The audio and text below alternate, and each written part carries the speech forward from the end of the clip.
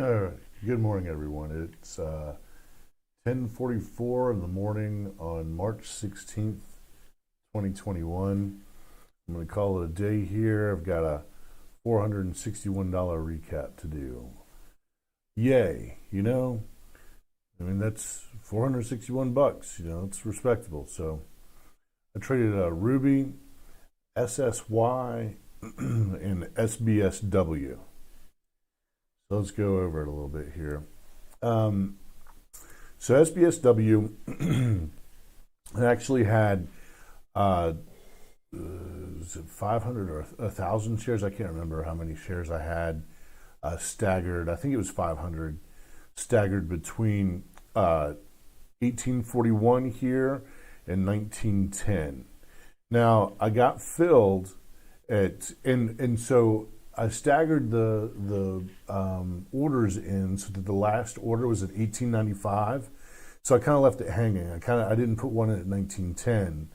So I had 100 orders at 1841, and then there's an 80, like roughly an 80-cent difference, and so I think I staggered it every 18 cents or 19 cents for 5 shares, and it left me short of 1910. But I was like, okay, whatever, this isn't an exact science.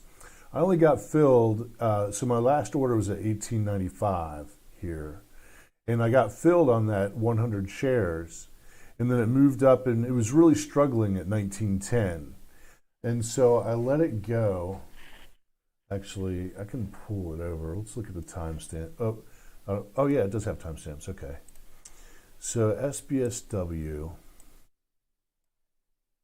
I only made $5 on it. Bought it at 9:35 and 12 seconds, and then sold it at 9:41 and 26 seconds. Let's see, 9:35 and 12 seconds. So I bought it in this candle right here. Bought it in this candle right here, and it wasn't breaking above and holding 1910. If I'd stayed in it, let's see, I sold it 9:41.26. 9:41 and 26 seconds for a 5-cent gain. So I sold it in here, bought it at 1895 and sold it at 19 even, right here in this candle right here. I bought it in this candle right here. So essentially that's flat. That's a flat trade, essentially. Fortunately, with commission-free trading, I can pull $5 out of the market without having to pay a transaction fee. God bless the market. All right. And then there's SSY, and I really didn't trade SSY very well. I had this level on SSY at 458, and I got that level from the pre-market high.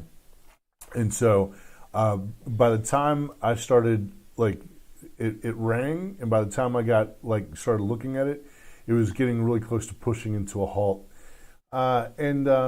Really, I just didn't trade this. This move right here, this is a nice move from 442, up here to 762.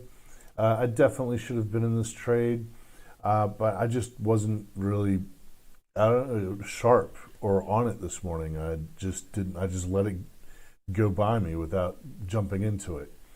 And so then I attempted to trade it. I've got 670 on a level here from a high from pretty far back. Let's see, on the daily. Yeah. So this is a sort of a history of SSY here. And there was this 670 little kind of peak right here. And so I was using that little shoulder right there as a reference for resistance. And you can see 670 was, let's look at it on the 1 minute. 670, you can't really call it important. There's so much price action back and forth between here.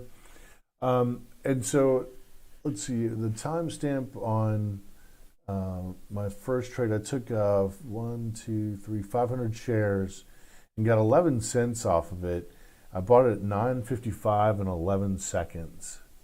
9:55 and 11 seconds. So Okay, and so I was buying the break of 670 here, and then I sold it at 9:57 and 47 seconds. One, two. Yeah, it just so then I sold it in this candle right here. Let's get the and so I bought on the break of 670 right here, and I sold when the level two. I was watching level two. It was just struggling, and it ran up real fast. I was like, okay, good. Maybe we're gonna go. We're gonna head over here to these highs over here. And break through. But then the level two just started. The price action just started tanking, and so I was like, okay, well, so much for that. And I let it go for 11 cents profit. Whoop-de-doo.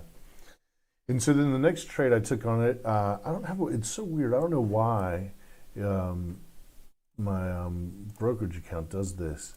I've got zeros up here for both Ruby and SSY. I don't know why it's doing that, but I let this one go at 10:04 for I traded 300 shares on this one, 200 shares less than the original 500, and basically gave almost everything back except for $10. So I was sitting there on a $15 green day thinking, well, this might be kind of it for the day, Well, so then I had Ruby on watch. Pardon me for a moment. I'm going to clear my throat here real fast.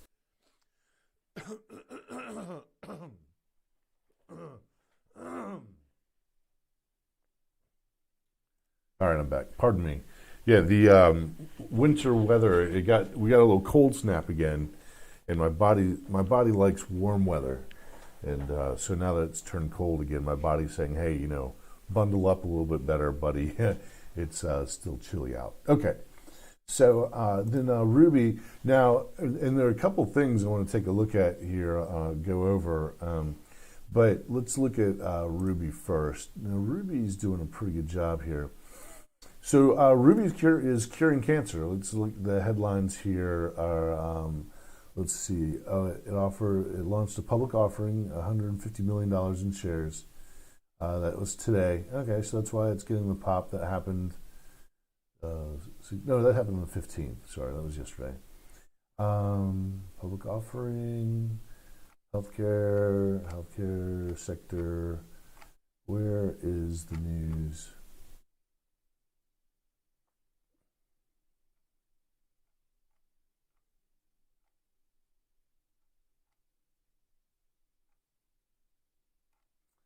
I guess it's right here.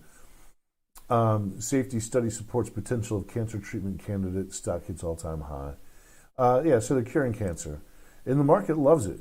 When it comes to curing cancer and there's a stock that says, hey, we're curing cancer, the stock market jumps all over it. So there's a little bit of continuation over yesterday's close. Now, yesterday's close was actually at 30.25. I have a level at 30.20 on it because of the Fibonacci that I placed on it. I placed a Fibonacci on from yesterday's high to the close of the previous day. That would be Friday. And so, there were actually I I programmed in shares to buy this morning on Ruby, but I did it around this 24.94 area. And I was going big on this one. I had 1,000 shares staggered every 10 cents around 24.94. Well, obviously, as you can see here, I chose the wrong Fibonacci. I did have both. Pardon me again for just a moment here. I did have all three of these lines on the chart this morning. I chose, instead of going with the system here, instead of staggering, 1,000 shares between these two Fibonacci's, between these two Fibonacci's right here, it opened. Oh, that's right. Okay, so it opened below. It took this number. So whenever a stock opens below a Fibonacci level, I take it off the board. So I'm looking for support prices. I am also looking for target prices. So 3020 would become a target after it pulled down to this Fibonacci.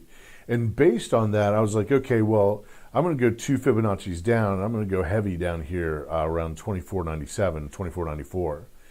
But you can see here, it took a textbook bounce off of this Fibonacci. I wonder if that's the 61.8 Fibonacci. Let's take a look. 2757. Which Fibonacci is that? 2757 is the 50% Fibonacci. The 3020 represents the 61.8 Fibonacci, which is considered the golden ratio. It's the most popular Fibonacci, but 50% worked today. Worked well today. So I was like, okay, well, I'm obviously, I missed this trade. I obviously wasn't in it. I canceled once it bottomed here and just started taking off in the other direction. I canceled all of my orders that I put it down at 24.94. And so then it started to cross 30.20. Actually, it hit 30.20 and started to consolidate under here. And I started putting in orders for the anticipation. That's it. It's not good to anticipate, but they're curing cancer. So let's see. I got out. It says at 10:31. But I got in somewhere or inside of this consolidation area. I remember one entry was like at $30.25, and another entry I took was at like $29.90. So, I was averaging into this consolidation area right here, somewhere in this time frame. And then it just started to take off. Fortunately, it closed above this 3020. Closed above yesterday's close, and then just is started to ramp up since then. Let's take a look at what it's doing right now. Yeah. Well, so that turned out to be the best trade for the day, for $443, and I'm going home. All right, everybody. The other bounce was, where was it? SBSW really didn't go off the levels. Ruby missed. BILI. So just a few moments before the bell, I don't know if I went over this in the pre-market or not. I kind of went back and was like, okay, well, let's see what yesterday's high is. And I didn't throw a candle on the high exactly from yesterday. I put it back here for, I don't know what reason. Let's go back and look where I put it exactly. Yeah, I was doing it kind of fast. And so I put it right here at 112.46. And that turned out to be an outstanding level. But then I think I was averaging into Ruby at the time. So when this one started to come up over 115.45, I wasn't looking at the stock to make an assessment to attempt to average into any kind of an entry here or anything. But BILI worked out really well. There's something else. It seems like I'm forgetting something here. Ruby, oh yeah, okay. Yeah, so CANF, I don't know what the deal is with this stock. Every time I've ever seen it, I've ever paid attention to it popping up, has a nice run up in the pre-market. You can see here, and then when regular market hours open up, this thing just lags. It just doesn't do anything, It just sucks. And then let's take a look again at SSY here. I've got a level at 458 for support, which is the pre-market high. And you can see here in regular hours, it came up and touched 458 here a couple times. Let's see the high on this candle. High is 455. The high here is 455. High here is 447. The high here is 450. So I really should have been on it quite more aggressively for SSY's run up right here for this momentum break above the pre-market high, and then a push, a really, significant push, from 458 to a high of 763. I mean, there's $3 worth of movement there to work with. Now, it did happen very quickly. You can see this is the 1 minute chart. If you see the 1M there, the one there, it did happen really quickly. So, and there was a circuit breaker halt in between. So, I'm quick enough. I've been doing this long enough to be able to get into trades, in and out of trades that quickly. But I just didn't, for whatever reason. I didn't trade it. Gosh, it still seems like there's something that I'm forgetting to go over here. CCIV. Yeah, I had CCIV on watch. It didn't get anywhere close to my level. So Fibonacci's, that's what I wanted to say. On consolidation patterns, I love Fibonacci's. When there's a stock that's had a run up and then it's working on a bull flag, so I'm going to draw, suppose for a moment this thing goes into a bull flag here, Fibonacci's just do an outstanding job of mapping out where support and resistance are for consolidation moves. And it really played out today well. I definitely could have capitalized on this opportunity more today. But I get to be happy with $461. Rather consistently, I have had in the past 2-3 weeks, one big drawdown day on a momentum stock that really, I think it tanked like $16 or $14 a share, $13 a share on me in a matter of seconds. So one nasty drawdown, but for the rest of this year so far into March, I've had small losses and decent sized gains. I'm pretty happy with that performance. I think I'm going on just over 2 years of doing this full time, and so it's nice to see the consistency. Well, all right, everybody. Good luck out there today. If I'm going to go home, if Ruby heads up here over this 38.71 level, then look for, what I would do is I would look for a move up, a retest, and then further movement. And my entry would be somewhere over top of the hump if it makes one. All right. So click like, subscribe, and leave a comment. I love the comments. And I will see you tomorrow morning. I am out.